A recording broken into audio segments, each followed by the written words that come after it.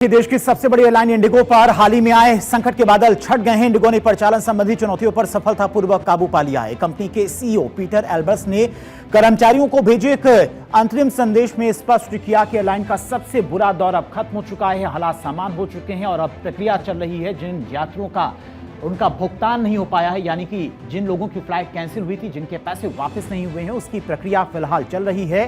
लेकिन इंडिगो पर क्या कुछ एक्शन लिया गया है अब तक और आगे क्या कुछ कार्रवाई की जाएगी, इस पर सभी की नजरें बनी हुई है। लेकिन सीईओ की तरफ से कहा गया कि हालात सामान्य हो गए। साथ ही साथ एक मैसेज भेजा गया अपनी सभी कर्मचारियों को कि जिस तरह से इस क्राइसिस में उन्होंने अपना सहयोग दिया, जिस तरह से उन्होंने अपना समर्थन दिया, जिस तरह से उन्होंने अपना साथ दिया, उसके लिए सभी का शुक्रिया।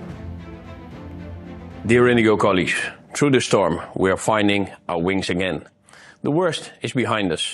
These last 2 weeks have been very challenging for all of us. As Indigo employees, we stood tall and united, weathering the storm together with unwavering support for one another. Thank you to our pilots, cabin crew, airport staff, operations control, customer service, and all functions who supported. Your collective dedication is the backbone of Indigo. On December 9th, I shared stabilization of Indigo's operation. After that, we restored our network to 2,200 flights today.